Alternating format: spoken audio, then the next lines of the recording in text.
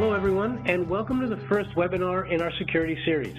Today we are going to go through the fundamentals of security and outline what you can be doing right now for your clients to take the first steps towards a more secure end customer environment.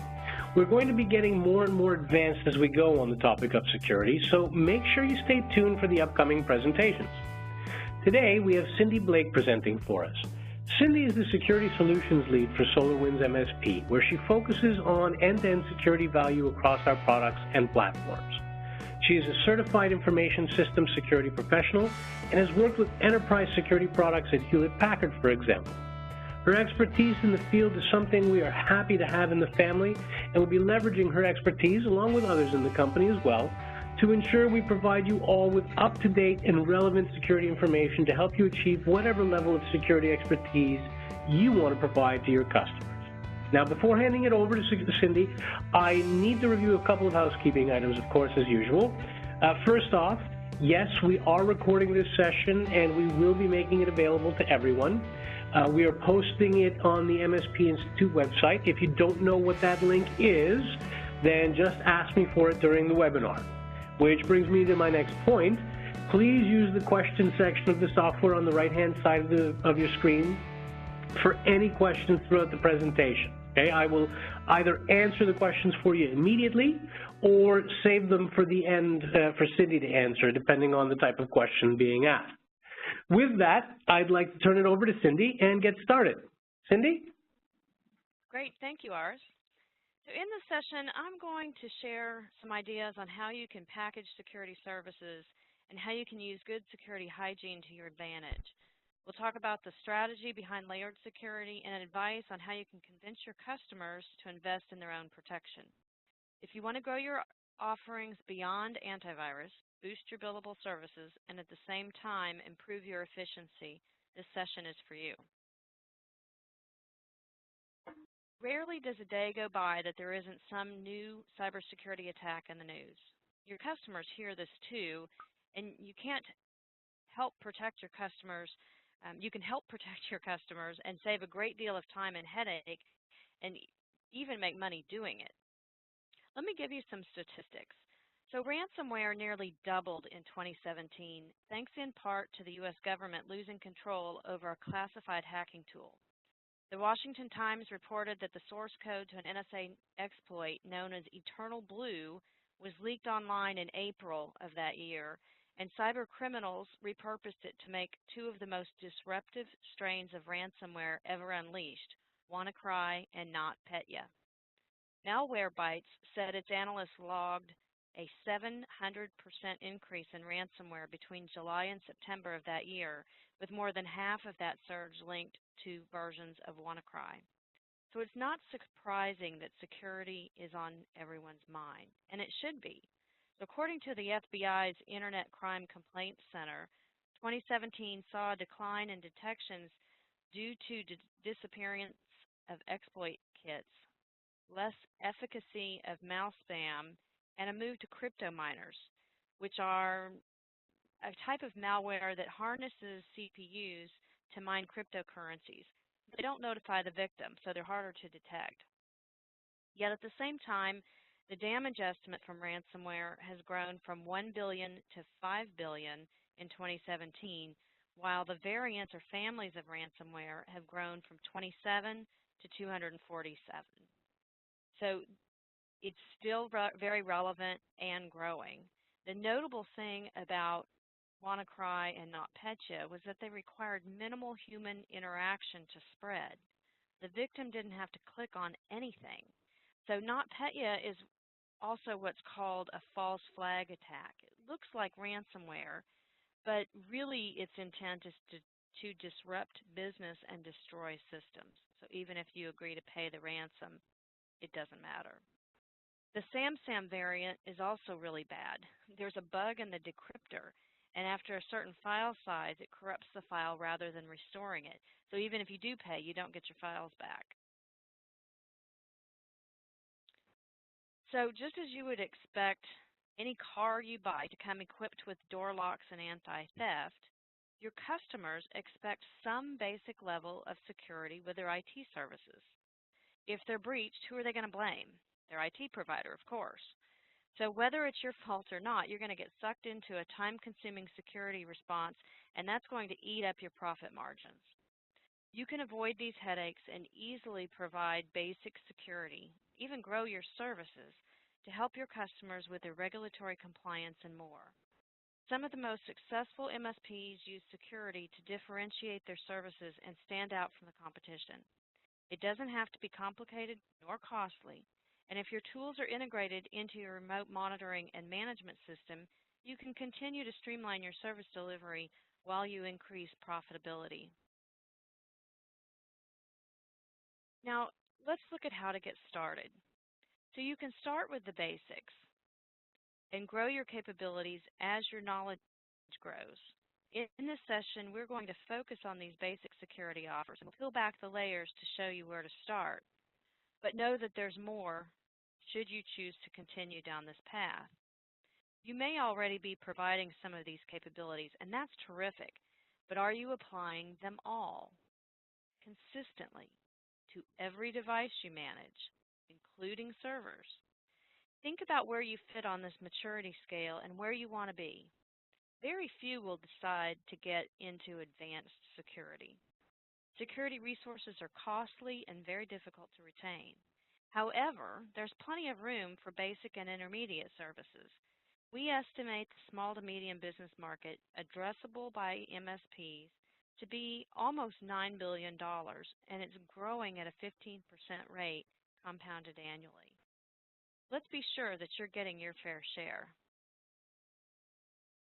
Now, security can seem complicated, and there's a good reason for this. There are many types of attack methods, many assets that require defense, many points of entry. And to make matters worse, every vendor out there is telling you that their protection methods are the most important. Some even go so far as to say their method is, and I'm using air quotes here, complete or all you need. That is flat out garbage. There is no silver bullet for security, no one single solution. Indeed, knowing where to focus can be overwhelming. So SolarWinds can help you sort through the clutter and define a program that will have broad appeal and stop most basic attacks. We'll look at the underlying premise behind the recommended approach and how to get started, as well as where to go from there. The industry uses a term called defense in depth. Multiple layers of security controls are used to defend the IT system. The intent is to provide redundancy so that in the event one of the security controls fails or is bypassed by the bad guys, the others are there to continue with protection.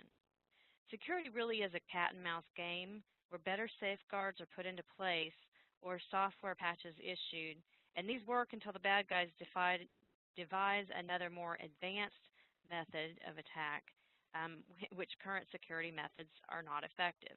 And the cycle just continues.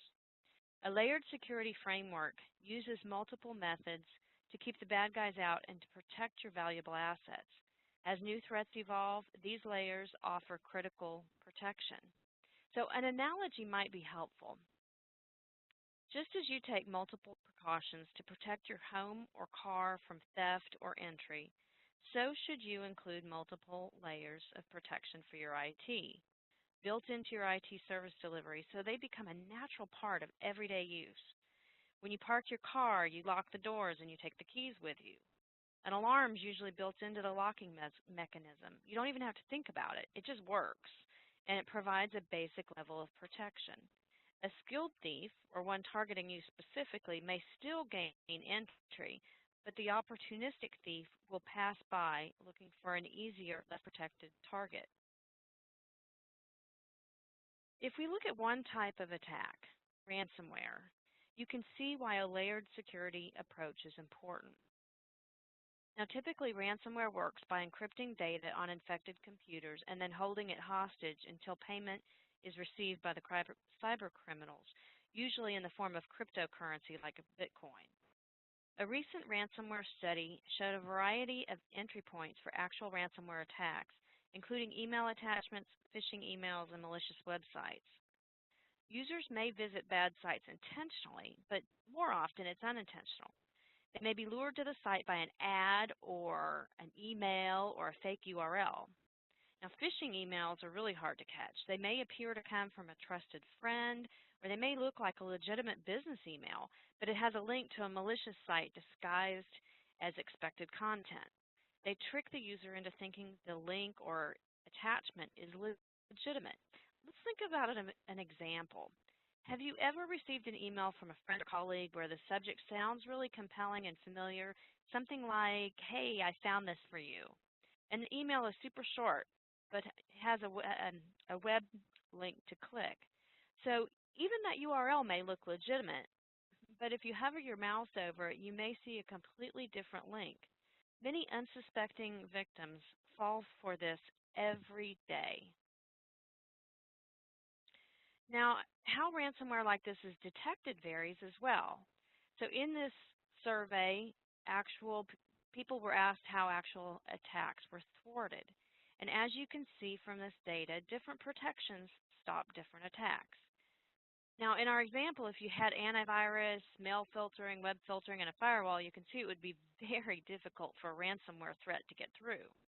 Having just one of these defenses will help, but there's a good chance it won't. So in fact, if you look at this data, your chance of getting ransomware through AV is 2 in 10, and more than 5 in 10 for network firewalls. So using only one method of protection is really flirting with disaster. That's why we strongly recommend a layered security approach. In fact, we're not alone in recommending these steps. There's numerous institutions and professionals out there offering suggestions, but they all center around these same key elements. Most importantly, back up your data for easy retrieval if you are compromised. At a minimum, back up your user documents or your files. Ideally, back up the entire system and servers. While document backup is good, there are some variants of ransomware that will lock the file indices, rendering your machine really only capable of a factory reset. You'll waste a lot of time reconfiguring apps and everything. Next, use antivirus software from a reputable company. Now, I have to say there's a religious argument about whether to use antivirus on servers. Some prefer not to use it on servers because of the performance optimization they wish to have relative to their workload. Now, others wouldn't be caught without using it on every single device. So if you feel your device doesn't touch the internet so it's safe, you may want to think carefully if an attacker could enter from the network, from an unsuspecting user, from a stolen password, etc. So lateral attacks are on the rise. Keep your operating systems and applications up to date, particularly the latest security patches. Automation can help you manage these updates, and remember to include both servers and endpoints in your patch management. Use mail filtering to identify and quarantine suspicious emails, and pay special attention to executable attachments such as Microsoft macros, PowerShell, and JavaScript. Use web filtering to identify and block malicious websites. Now, web filtering makes use of advanced security research professionals who continuously identify bad sites. Their blacklisting includes attacks that call to command and control sites. And this is something unique to some other kinds of malware, but it's hard because it's invisible to the victim. So they don't even know that they're clicking to these sites. Use 2 or more factor authentication for all system administrators. In addition, privileged access management can help you manage technicians' access and privileges. If you've ever had a tech leave and all the passwords went with them, you know what a challenge this can be. Educate your customers on proper cyber hygiene and phishing attacks. There are many free and inexpensive user training programs out there, such as PhishMe, KnowBe4, and lots of others. Help your customers understand how to spot phishing emails and never click on an executable attachment. Hover over links to see the true URL and all other kinds of safeguards like these. You really should include social engineering via email, social media, and even cell phone-based threats. These are all on the rise. Now, together, these security essentials can provide a basic set of capabilities. The successful MSPs are positioning this set of capabilities into their basic service. Some even require it of their customers as a shared responsibility. So if you prefer to position it as an add-on, you might equate it to a low-cost bundle of some everyday expense item, like the price of coffee or a latte. It would help relate the cost of this to your customers. Now, famous CISO, I hate to use acronyms here, Chief Information Security Officer, once said that poorly managed IT is insecure IT. And with cybersecurity, it's so important to start with good security hygiene and then establish policies and automation for consistent application.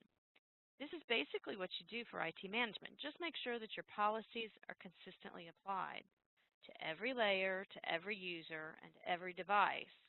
Make sure that these things are deployed, turned on, and up to date. Security really begins with solid IT management and builds from there. Use the single pane of glass to see that every device you managed is current with patches and sound IT management practices. This is also where you would apply privileged user access to simplify and manage access to your techs. Now be sure to deploy and enable all of the security essentials, and then as you grow your security knowledge, you can offer assessments and reports to identify vulnerabilities that your client may wish to have you remediate. And you can offer reports to show the value you bring to them and compliance risks. Having everything integrated into your MSP solution is really going to save you time and simplify your efforts in the long run. Now, getting started is easy. Use reports from your remote monitoring system and quickly assess the gaps in your coverage on the devices that you manage. Consider enabling these fundamental security protections on every single device. Again, you can bake these protections into your base IT service offerings or talk to your customers about the benefit of a complete layered security approach. Now, for MSPs who want to meet fundamental IT expectations and potentially grow your account footprint and billable services, these security essential capabilities can be an integral part of your IT management. Unlike independent security products that may be complex and require security expertise and maybe require a separate dashboard, our security essentials are integrated and easy to use.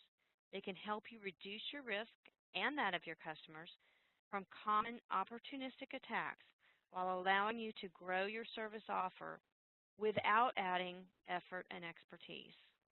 Your customers will appreciate these basics. In fact, you can position the value to your customers something like this.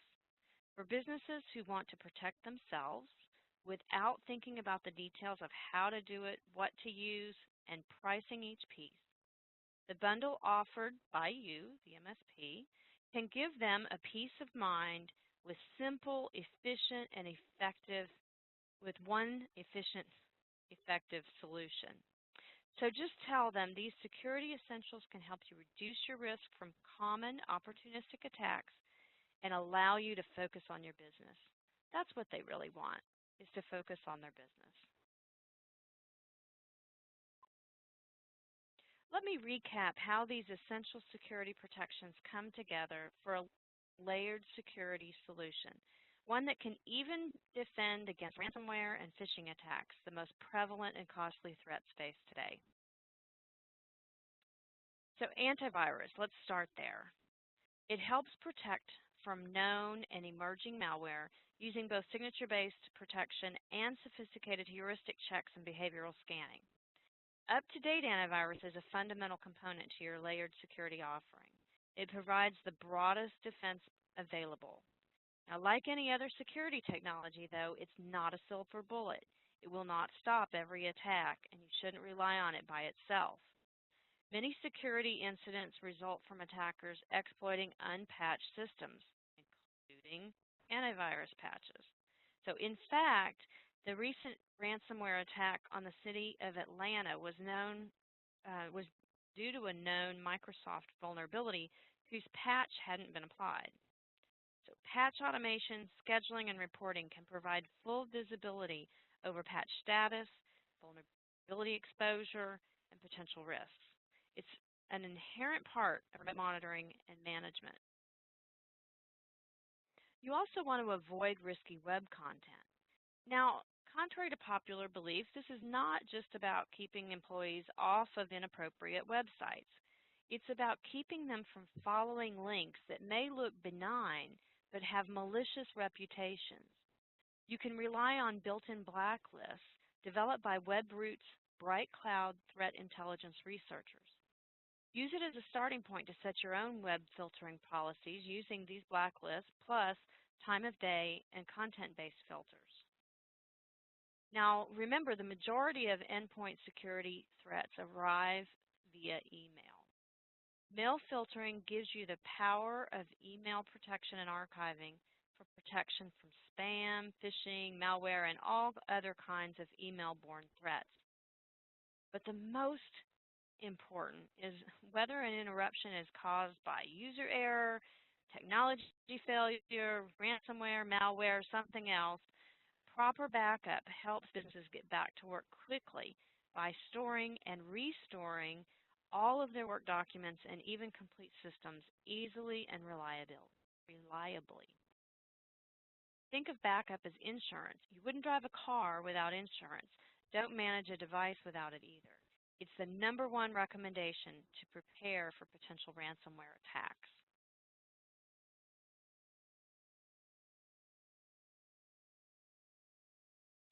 Now, I would be remiss if I left you with the impression that technology alone is all you need. The MSP must create its own security standards and decide what's right for you and your customers, considering risk and return. The essentials from SolarWinds MSP make it simple and efficient to offer your customers effective and efficient security protections. Successful MSPs adhere to standards they set and may even turn away opportunities that risk their reputation and profitability. It's just not worth it. Are you willing to bake in the security essentials into your base offer and train your salespeople on these basics? With a growing set of regulatory requirements, you may risk more than your reputation if you don't understand what's needed and where you or your customers fall short. MSPs can never make someone compliant, but they can and must know what the requirements are and help your customers adhere to them wherever possible. Now, to think about additional security services you can provide, I recommend that you listen to a podcast where SolarWinds' very own CISO, Tim Brown, suggests 10 things you can do on the path from MSP to MSSP. This podcast and other resources can be found on the Security Resource Center or on the MSP Institute. And with that, I'm happy to take questions. Hey, Cindy, great. Okay, so the first one we saw was just a question. You talked about ransomware, you talked about malware. So the question is, #1, is there a difference between them? And 2, do I treat them the same or differently? So ransomware is a category of malware. Malware is a much broader set of bad things. But ransomware is particularly bad. Not only has it been in the news a lot, so it's top of mind for a lot of people, but it encrypts files. So malware can have a variety of intents and outcomes. It can also encrypt files, but then it would be considered ransomware. It can destroy systems and do lots of other things. But because of that file encryption, backup is super critical. And the FBI recommends that you not pay the ransom, but they'll also tell you it's really up to you. But it's really a question of risk and reward. But without backup, you're kind of at their mercy. So backup is the absolute most critical thing for ransomware, and that layered security approach for not only ransomware but broader malware in general. Which is exactly where the second question comes in, actually. So they noticed that we mentioned, patch, antivirus, web and mail filtering, and backup are sort of the most common layers that we talked about. The question becomes: is there one you'd say to be more important than the others? Like, would you be able to rank them? Well, so it depends on the type of attack that you're most concerned about. But if I were to rank them, I would start with patch management. And the reason why is patch management is inherent to your remote monitoring and management system. It's not something else you have to buy. It's just part of good hygiene and basic IT. And there's so many of these malware attacks that can be prevented with up-to-date patches. So I would probably put patch management first. And then antivirus is kind of a no-brainer. Most everyone is using it. The real question just becomes, are you using it consistently across all of your devices, and is it current? And then I would say backup, because if you do suffer a ransomware attack, you have no recourse if you don't have a good backup. And not only do you need to use your backup, but you need to test it and make sure you can do a restore properly. And then I would say web filtering and mail filtering are sort of tied, depending upon your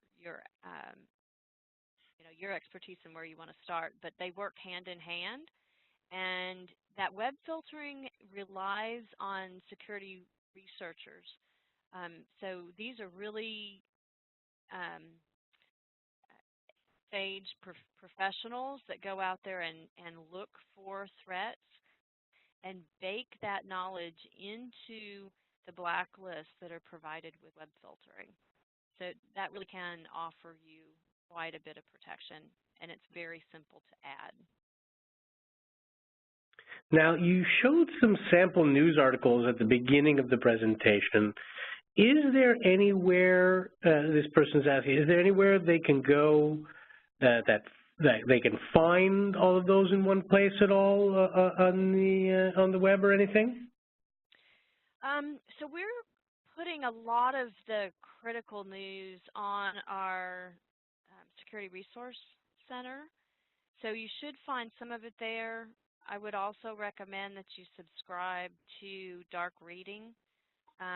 But what we're trying to do on that Security Resource Center is really boil it down, sort through the clutter and find those things that are really the most relevant to the MSP. Right, and if anybody online doesn't know the link for that, just ask in the question box, and I'll sift through all the questions later and send that to you. And then the last question before we let you go for the day, Cindy, is basically a question about packaging. Now,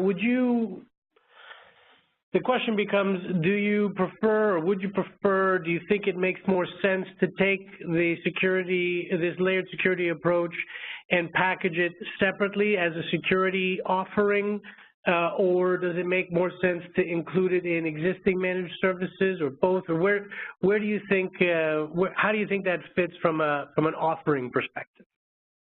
Yeah, Eris, it really depends on where the MSP is coming from and what they're currently offering. So they're going to have to consider the best way to integrate these security capabilities into their offering structure. Lots of times people will have a tiered structure in their service offerings, and they'll bake in all of these essentials into that base tier. And the reason why is because it's really to your benefit as well. If you have a customer who is running unprotected because they don't want to pay the dollar for antivirus or what have you, it could really throw a throw a curve to you in terms of your profitability if they're attacked, because you're going to have to help them. So think about baking it into that first initial tier. Now, if you already have your tiers established and this just doesn't fit, you may want to consider it as a separate add-on. Right.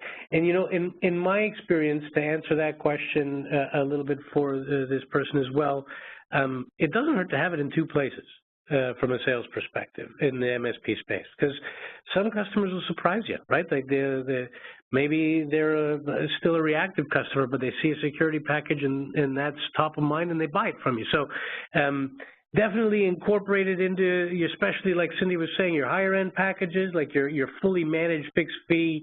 In that section, you're going to want to add those line items for your own safety, right? Like Cindy was saying. And at the lower end packages, you might want to make it a little more a la carte and help give your sales guys something to sell up into. Okay, with that, I want to thank you, Cindy. I want to thank everybody online for joining us today as well.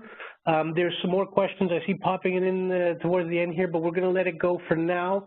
Any questions that I'll leave the chat open for a little bit. Any questions that pop into the question pane, we'll get you guys later on. And please come back and see us in a couple of weeks. We're doing another security-focused webinar then. All right, thanks everybody for joining us, and have a great day.